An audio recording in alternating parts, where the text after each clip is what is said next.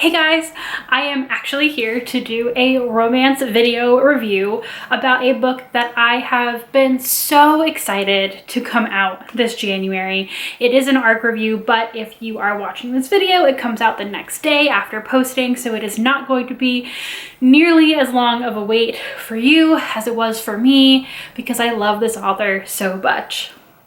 Unfortunately, this book was not the author's best. And we're gonna have to talk about it, and I'm gonna be real sad. So the book that we're talking about today is Yin Yang Love Song by Lauren Kung Jessen. I have reviewed both of Lauren's other books on this channel, and in particular, her debut novel, Lunar Love, was amazing. It just hit me up in all of my feels, and I have so much love for that book. I also reviewed, I believe last January, her follow-up book to that, which was called Red String Theory, and I did also enjoy that one. Not quite as much as Lunar Love, but I do feel like there were some personal reasons why I vibed with Lunar Love so much.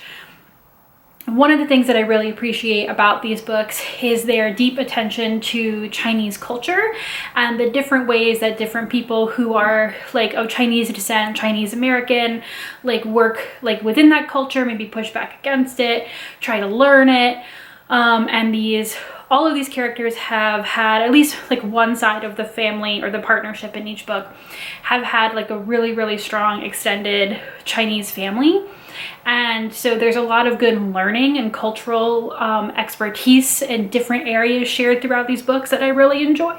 So for this one, our female main character, Chrissy, or Chrysanthemum, comes from a strong Chinese family that specializes in traditional Chinese medicine. So we're talking about qi, we're talking about acupuncture, and also traditional Chinese medicine in terms of herbs, flowers, all that type of thing. Everyone in Chrissy's family is named after a different flower, and they have a lot of expertise specifically in that area.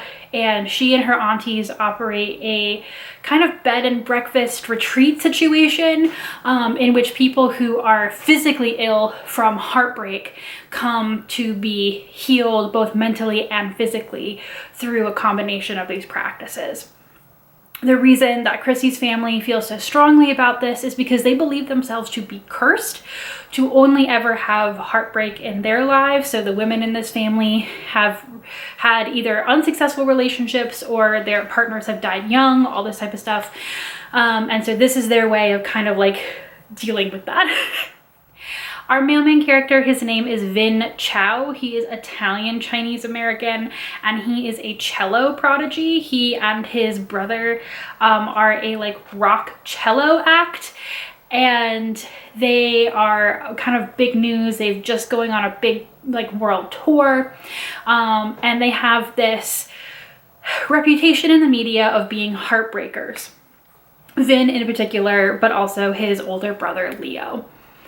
What their fandom does not know is that Leo recently had a long-term relationship that he was keeping secret end, and indeed he had proposed to this woman, but she then ended the relationship and the engagement, and he is horrifically heartbroken about it, and to the point where he is even unable to play, which is a problem when they've got this big world tour coming up. So for some mutual friend shenanigans, Chrissy, Leo, and Vin all meet, and Chrissy immediately sees that Leo is in need of, you know, help and friendship, and she and Vin have a sort of meet cute, sort of not.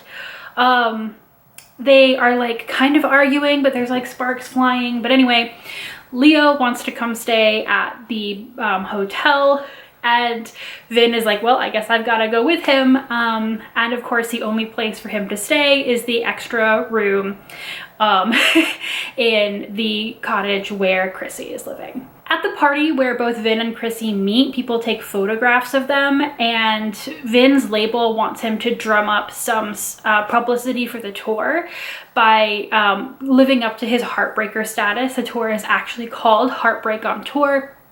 And they're like, oh, this like Chrissy woman, like fake date her and drum up publicity. And Chrissy's family is currently trying to launch a tea line to go with their hotel.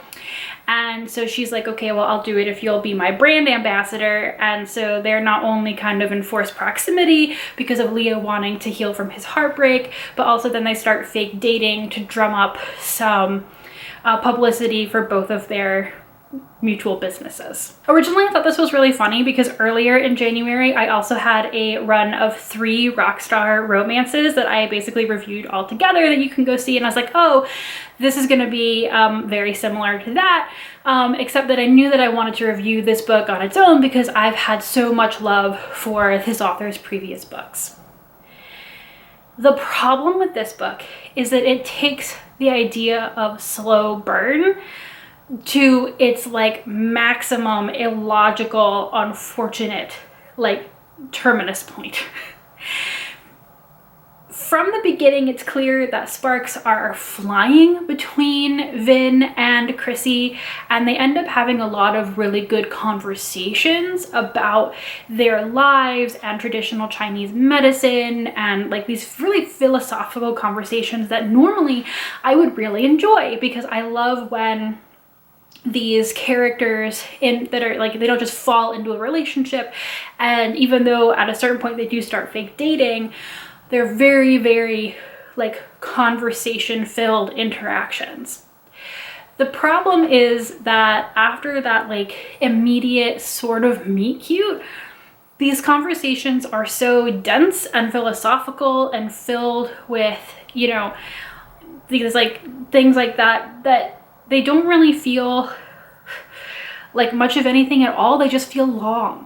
They feel really long. And then you exit that conversation that Chrissy and Vin are having, and then Chrissy goes off to have a conversation with one of her aunties, and they're also talking about like, you know, the philosophy of love that's developed in the family after this generation's long curse and how that's affected their lives, and more about like not hitting burnout, and like all of the aunts have left high-powered jobs to run this bed and breakfast because they've like felt burnout and they don't want that in their lives. And is Vin burnt out? And then what's his relationship with his brother? And like, what's his brother want from life? And like, you know, Vin's been a prodigy since he was a child, and you know, is this really what he wants from life? And it's like, okay. Okay.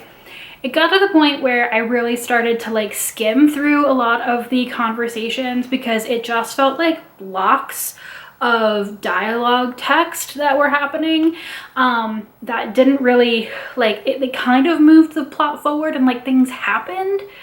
But then also the conversations would like cut in weird places where like, okay, Vin and Chrissy have just had this really personal conversation, like now what? And it would just like cut at the end of the conversation, and then it would cut to an activity the next day or a few days later, and they would just like pick up the conversation from there, which also felt odd. So I was like, okay, it's like really patchy and weird and hoppy in the plot, but I also feel like nothing's happening except for all of these people having like these really intense conversations. Again, normally this is something that I love, love, love in my romance novels. This like deeper level of communication and connection. I love when like the families are involved and our two leads are not just two people falling in love, but two very complex people with their own things going on that like happen to intersect.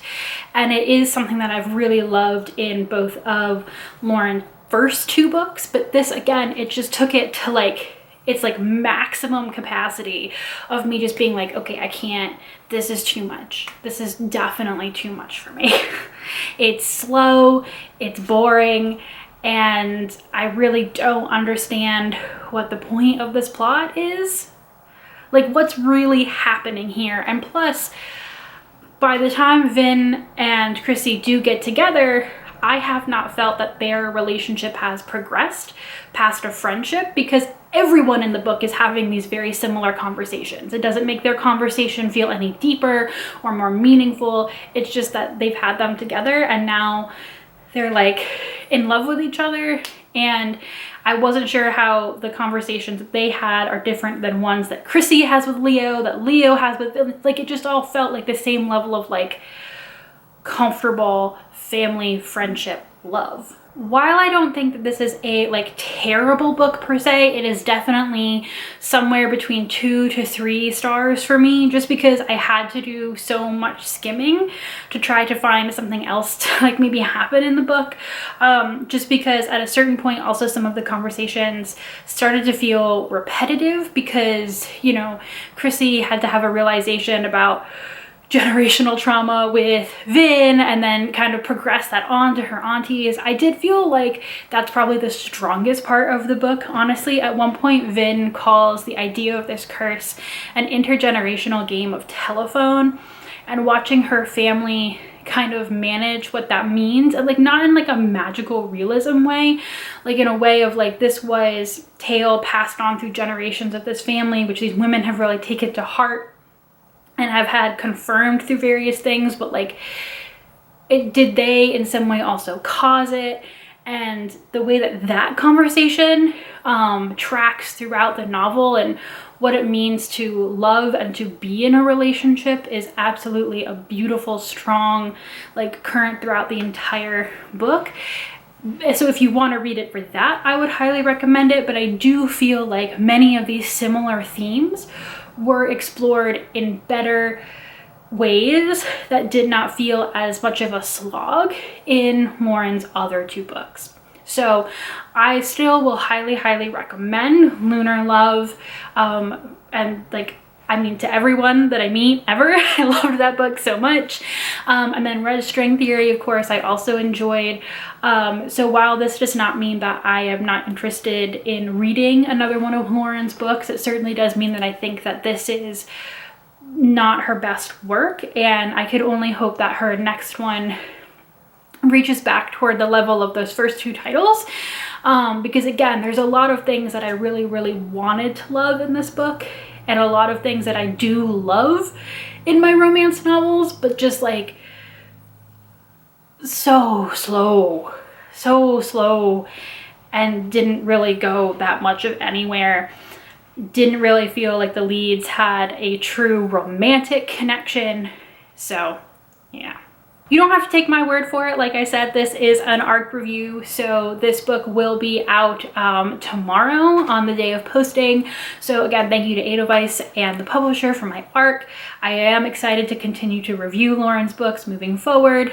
But you can check this book out for yourself from your local library or your local bookstore, however it is you choose to get your books. If you have also read Lauren's other works, please do let me know down in the comments what your favorite ones were, and if you have any other similar authors that you would suggest to me, because I do feel like Lauren's books are so strong in like their cultural aspects that they're really intriguing to me. I always learn so much more about Chinese traditions and culture when I read them, and I love learning about other people and their lives through books. So if you have any other recommendations for me, books like that, please leave them down in the comments below, and I will see you guys next time. Thanks guys, bye!